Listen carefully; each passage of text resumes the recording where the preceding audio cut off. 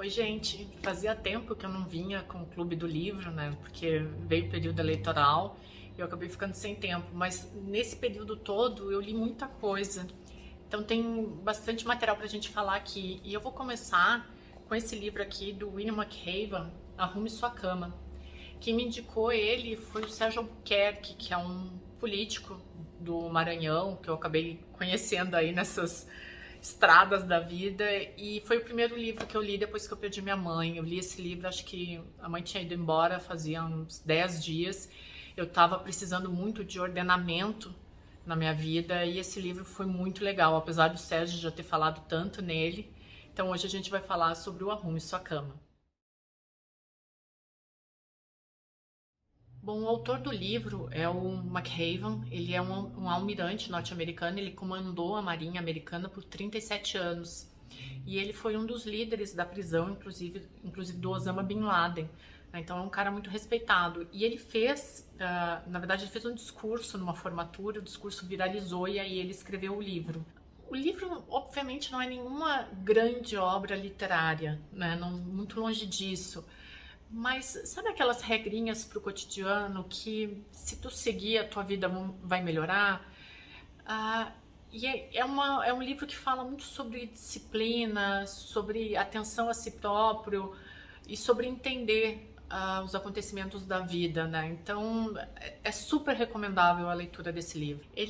O McHaven, ele se formou em jornalismo e ele sempre teve a fama de ser o CEO mais inteligente da Marinha Norte-Americana. Um detalhe que, além do Osama Bin Laden, ele também participou da captura do Saddam Hussein em 2003. E aí eu vou falar sobre as lições que ele apresenta nesse livro aqui, de novo.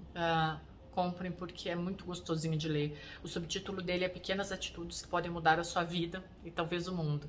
E aí a primeira lição que ele traz é: comece o dia arrumando essa cama. E por que ele fala isso? Porque essa deve ser a primeira tarefa do dia. Então tu acorda, tu arruma tua cama, tu já tem uma sensação de dever cumprido, e aí tu inicia o teu dia e as outras tarefas elas vão só se sucedendo a isso, né? E esse é o título do livro, né? Eu confesso que isso é uma bobagem, mas depois que eu li esse livro eu comecei a praticar isso. Arruma a cama, deixa ela bonitinha, e aí vai pro resto das tarefas do dia, né? A lição número 2 é: sozinho ninguém vai a lugar nenhum.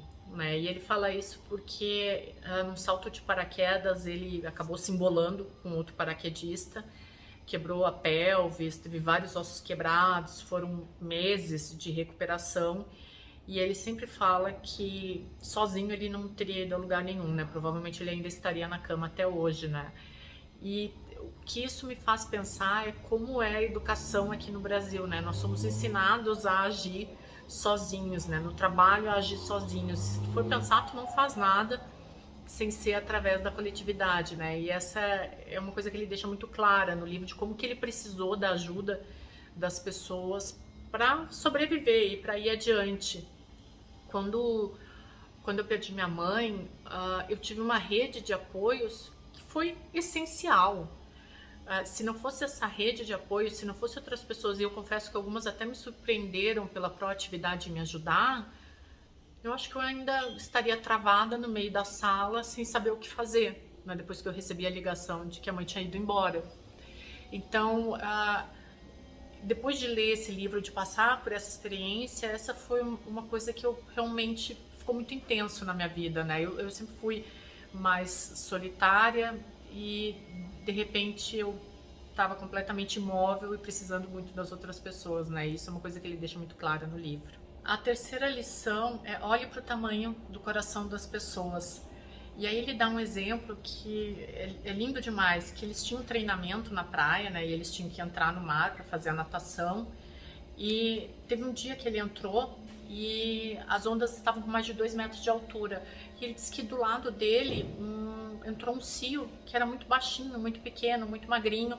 E ele pensou: nossa, ele não vai conseguir fazer a natação de hoje, né? E aí ele fala aqui numa parte do livro que o inspetor, que tinha 1,90 m e esse cio tinha 1,60 m, desafia o cio, dizendo: você não vai conseguir atravessar esse mar com ondas de 2 metros, né? E o cio fala: sim, instrutor, eu vou conseguir. E ele não só consegue, como ele chega na frente de todo mundo, né? Isso parece uma coisa de ficção, mas realmente aconteceu. E aí ele fala nesse capítulo do livro, né, que se você quer mudar o mundo, avalie as pessoas pelo tamanho do coração, né. E esse CEO de 1,60 m chegou na frente de todo mundo, né. E o quarto capítulo, que pra mim foi o mais impactante do livro, que ele fala: a vida não é justa, siga em frente. E aí ele conta que todas as manhãs, quando eles acordavam, eles tinham que arrumar a cama. Se tu não arrumasse a tua cama direito, o inspetor dava uma punição. Essa punição era entrar, nadar alguns quilômetros no mar, depois tu saía, rolava na areia, e tu não podia parar de rolar na areia enquanto o teu corpo inteiro não tivesse tapado por ela. Essa era uma punição para os CEOs. Ele disse que teve um dia que ele pensou: não, hoje eu vou arrumar minha cama do jeito mais perfeito possível. Foi lá, fez tudo que tinha para fazer, deixou a cama impecável. O inspetor olhou a cama dele e disse: pro mar. E ele não entendeu, mas não questionava, né? Ele foi pro mar, nadou, ficou igual um peixe empanado. Quando ele foi bater a continência frente ao inspetor dele, o inspetor falou assim: você sabe que você arrumou sua cama direito? E aí o McRaven responde: sim, eu sei. Aí ele fala assim: então você sabe por que você teve a punição mesmo assim? E o McRaven responde: não, não sei. E aí o inspetor fala: porque a vida não é justa. E aí vem a lição 4, né? Deixe de lado o vitimismo, né? E ele fala que durante o período como CEO ele teve várias punições que ele considerava injustas, mas que tu te vitimar só vai piorar, né? E aí ele conta alguns casos de, por exemplo, que ele não era muito bom na natação e ele tinha que treinar, e ele treinava mais do que os outros, e quando os outros iam descansar, em vez dele se acomodar, porque ele realmente não era o melhor e ele sempre ia sair da água mais pro meio, pro final, ele começou a treinar para virar o melhor, né? E isso realmente aconteceu, né? A gente que faz esporte sabe como é isso, né? Então, tu pode te vitimar diante de tudo que tá acontecendo, ou pode correr atrás das coisas que tu quer, né? E se tu não corre atrás do que tu quer, quem vai correr? Aí o capítulo 5, ele fala: o fracasso pode tornar você mais forte, né?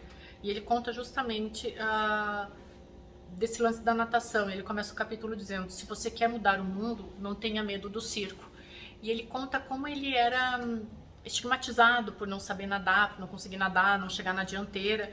E aí o inspetor dele até perguntava assim, que tinha ele e um outro amigo dele que não nadava direito. Ele falava: vocês dois se consideram oficiais? E aí ele falava: oficiais do CIO dão um exemplo, não chegam em último lugar nos exercícios de natação. E aí o que ele faz?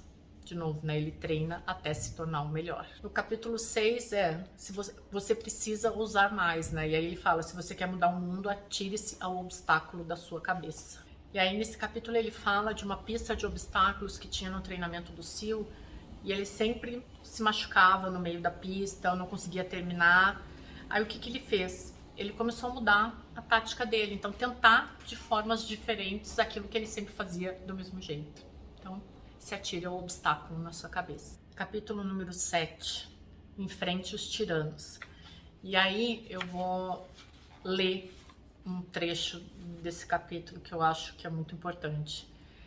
Tiranos são sempre iguais, não importa onde estejam. No pátio da escola, no local de trabalho ou governando um país por meio do terror, a que ele está se referindo ao Saddam Hussein. Eles prosperam onde há medo e intimidação, extraem sua força dos tímidos e fracos. São como tubarões que sentem o medo na água, circulam para ver se sua presa está lutando, investigam se sua vítima é fraca. Se você não encontra coragem para enfrentá-los, eles atacam. Na vida, para conquistar objetivos, para completar a natação noturna, teremos que ser homens e mulheres de grande coragem. E essa coragem está dentro de nós. Ele fala de enfrentar realmente aquilo que tu tem medo. No capítulo 8, mostre-se à altura da ocasião. Aí aqui ele fala sobre a perda de companheiros em operações. E os CEOs são ensinados a serem sempre duros e inflexíveis, né? E aqui ele vai numa cerimônia de repatriação de soldados que morreram no Iraque e no Afeganistão.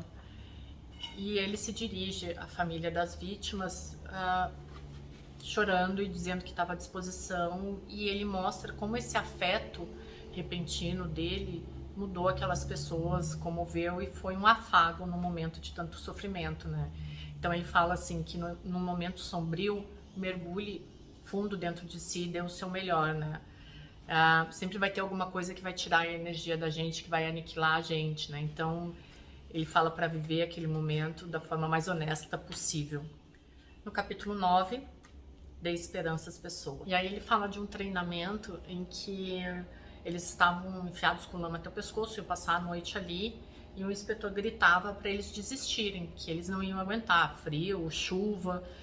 E aí ele falou, se vocês desistirem, o inspetor falou, se vocês saírem dessa lama e desistir, eu vou dar comida, uma cama quente para vocês e tá tudo bem.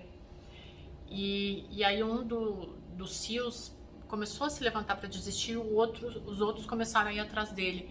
E o McRaven pegou ele pelo braço e disse, não, a gente vai ficar aqui porque a gente é SEAL e a gente precisa passar por isso. E aí ele voltou, os outros voltaram também, e o inspetor falou que se ele saísse, eles estariam expulsos da Marinha. E aí o McRaven fala, sempre dê esperança para as pessoas, mesmo nos momentos mais sombrios, né? Um dia é você que vai precisar. E o capítulo 10 é sobre nunca desistir. E aí ele fala que quando ele entrou na Marinha, o inspetor dizia que ia fazer de tudo para que eles desistissem daquilo, né? E o McRaven tinha noção do quanto aquilo era importante para ele, então ele colocou na cabeça que nunca por nada ele desistiria, né? Ele teve vários problemas, pelvis quebrada, perdeu companheiros, perdeu amigos, né? E mesmo assim ele continuou. E aí ele fala no final desse capítulo que a vida é cheia de fases difíceis, mas que a gente tá aqui para superar, que não existe outra saída a não ser superar os momentos difíceis, né? Ou tu pode te entregar e aí não viver a vida. E aí ele termina o livro falando que a vida é o que a gente faz dela. Então é isso, gente. É uma delicinha de livro. Vale a pena ler, vale a pena ter do lado ali para de vez em quando consultar e reler. E super indico.